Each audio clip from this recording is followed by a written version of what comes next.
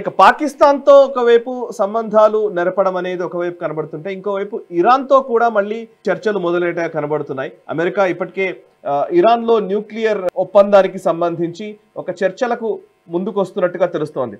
Trump ఇప్పటికే US team negotiate చేయడానికి సంబంధించి యుఎస్ స్పెషల్ ఎన్వాయ్ నుంచి స్టీవ్ విట్కాఫ్ ఈ చర్చలను లీడ్ చేస్తారని ఇప్పటికే ప్రకటించడము, దానికి సంబంధించిన చర్చలు కూడా ఆల్రెడీ మొదలైపోయాయి. సో ప్రస్తుతం ఇరాన్ అమెరికా మధ్య న్యూక్ డీల్ కుదరనుందా? తప్పకుండా చర్చలు అయితే మొదలయ్యాయి. డీల్ వస్తుందో లేదో చూడాలి మనం. ఎందుకంటే డిఫరెన్సెస్ ఇద్దరి మధ్యలో చాలా సిగ్నిఫికెంట్ గా ఉన్నాయి.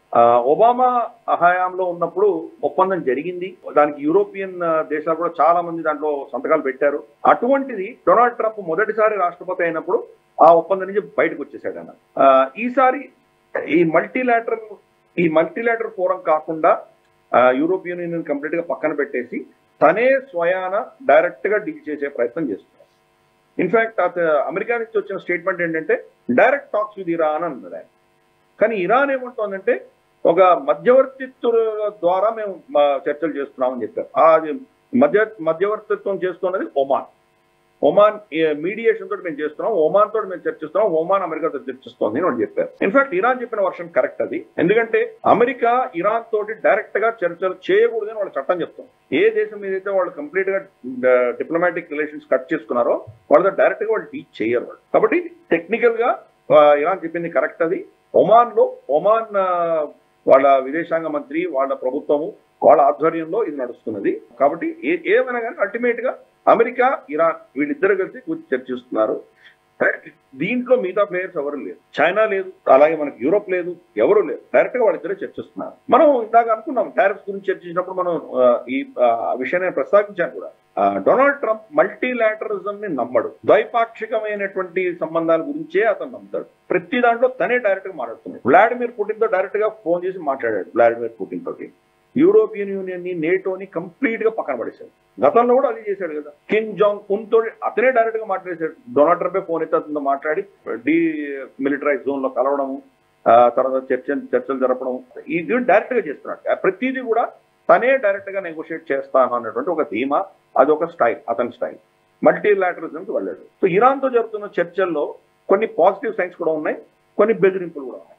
ఎస్పెషలీ వాళ్ళ ప్రెసిడెంట్ మసూద్ పెజెస్కియాన్ ఇచ్చినటువంటి స్టేట్మెంట్ ఏంటంటే, ఖమెనై తనకు పర్సనల్ గా చెప్పారు, అమెరికన్ ఇన్వెస్ట్మెంట్స్ మనం స్వాగతిద్దాము అని చెప్పారు. తెహరాన్ ట్రిలియన్స్ ఆఫ్ డాలర్స్ ఇక్కడ మీరు పెట్టుబడి పెట్టి మీకు సంపాదించుకునేటువంటి అవకాశాలు మా దేశంలో ఉన్నాయి, మీరు పెట్టుబడి పెట్టుకోవచ్చు అని ఒక ఇండికేషన్ ఇచ్చారు. అంటే ఇది ఒక విధమైనటువంటి శుభసూచకం. ఎందుకంటే వాళ్ళిద్దరి మధ్యలో కనుక ఒకవేళ వాణిజ్యం అంటూ జరిగితే కనుక వెస్ట్ ఏషియాలో ఉన్నటువంటి వేడి తగ్గుతుంది. ఎందుకంటే అమెరికన్ ఇన్వెస్ట్మెంట్స్ ఉన్నంత వరకు ఇరాన్ డైరెక్ట్ గా వాళ్ళు ఇజ్రాయెల్ మీద దాడులు చేయడం అన్న వాళ్ళు చేయలేరు. రెండు, వాళ్ళు న్యూక్లియర్ పవర్ గా న్యూక్లియర్ అస్త్రాలు పెట్టుకునేటువంటి పరిస్థితి రాదు. మూడు, అమెరికా కూడా డైరెక్ట్ గా పోయి ఇరాన్ మీద యుద్ధాలు చేయడం అటువంటి చేయకపోవచ్చు. శాంక్షన్స్ కూడా కొన్ని ఎత్తేవలసి వచ్చే పరిస్థితి రావచ్చు. కాబట్టి వాళ్ళిద్దరిలో ట్రేడ్, కామర్స్ రావడం, ఇన్వెస్ట్మెంట్స్ రావడం అనేది ఒక విధమైన మంచి శుభసూచకమే.